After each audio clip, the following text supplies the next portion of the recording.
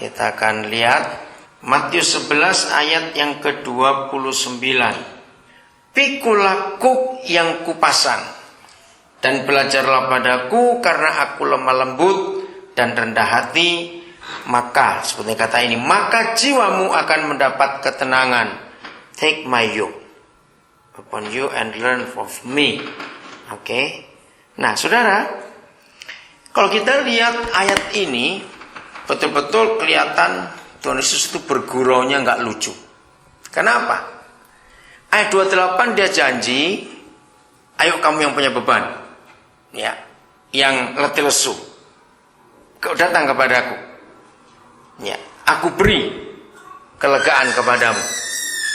Nah, lihat, Tuhan Yesus mengajak orang yang punya beban datang kepada dia supaya bebannya diambil. Oke? Ya atau tidak ayat 28 itu? Tapi kan gak lucu, setelah bebannya diambil dikasih beban lain lagi. Pikulah kuk yang kupasang. Oke? Ya ini kan guyonan yang gak lucu. Nah, saya tuh merenung ini, kenapa ini begini?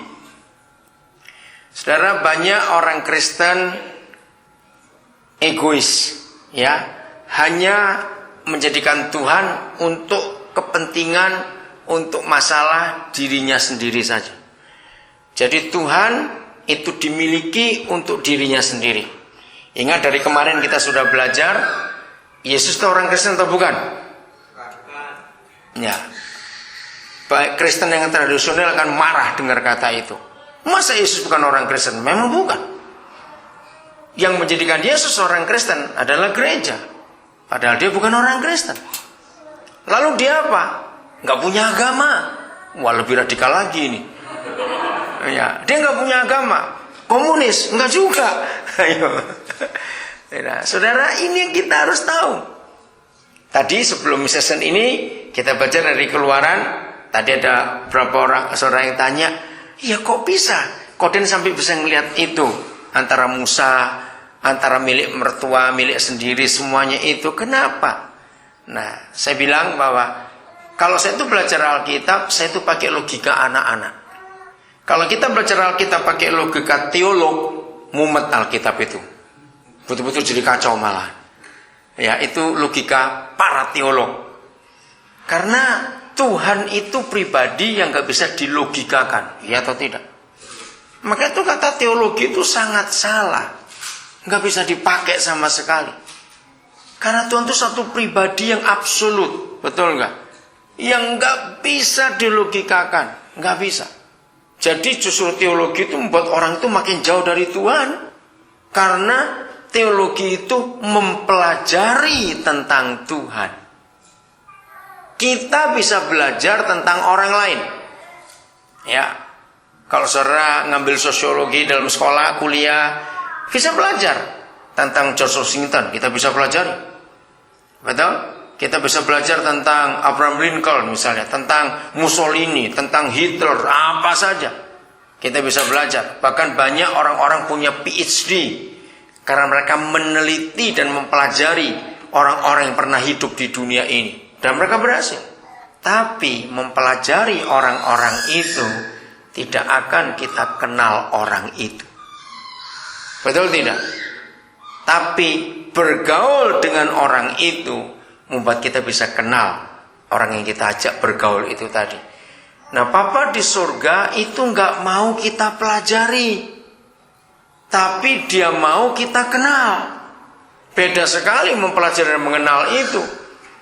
Nah, maka itu dengan menggunakan logika anak-anak, maka kita akan gampang sekali mengerti firman Tuhan. Sangat gampang. Nah, ini salah satu contoh. Dia mengundang kita yang punya beban, berat sekali pikulan yang kita pikul. Setelah dia ambil, dia ganti dengan pikulannya sendiri. Apa maksudnya? Dengan mengajak kita memikul bebannya itu.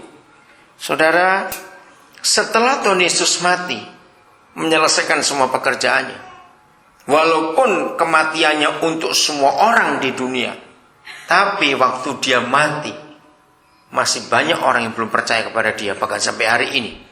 Betul, padahal dia rindu supaya semua orang itu mengenal dia. Itu kerinduannya. Oke, saya baca tetap di Matius 11 nanti kita kembali ke situ. Kita lihat sekarang 1 Timotius 2 ayat yang keempat. 1 Timotius 2 ayat yang keempat. Nah, kita akan temukan betapa besar dan betapa dalam kerinduan Bapa di surga untuk menyelamatkan semua orang itu. Besar sekali kerinduannya.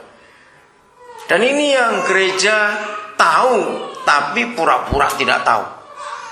Karena malas untuk mengerjakannya. Ada 1 Timotius 2 ayat yang keempat. Yang menghendaki berapa orang diselamatkan? Semua orang diselamatkan. Untuk memperoleh apa?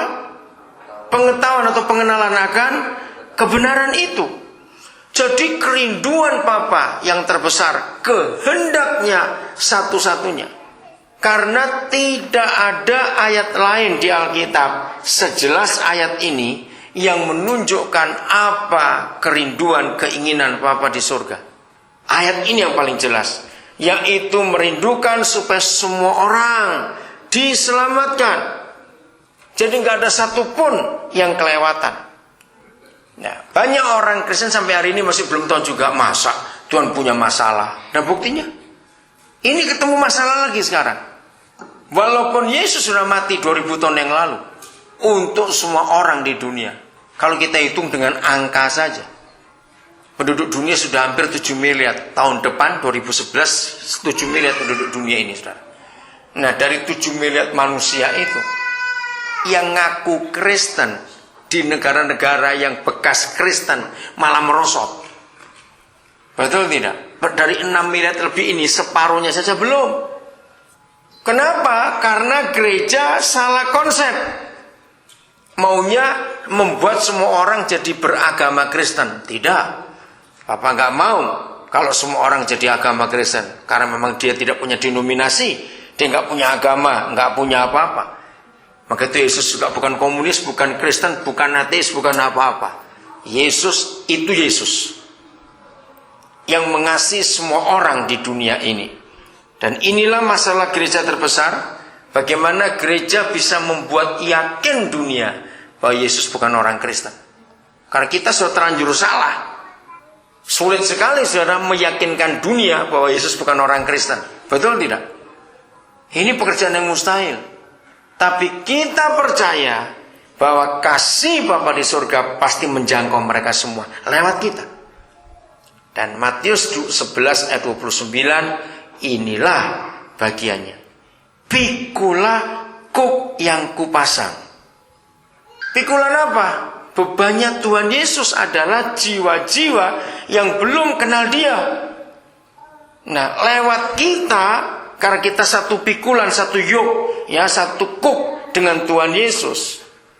Kalau kita berjalan bersama dengan dia, maka dunia akan melihat Yesus lewat kita, karena dunia akan tahu kalau kita hidup benar-benar terhadap dia. Oke? Dua hal yang kita perlu pelajari.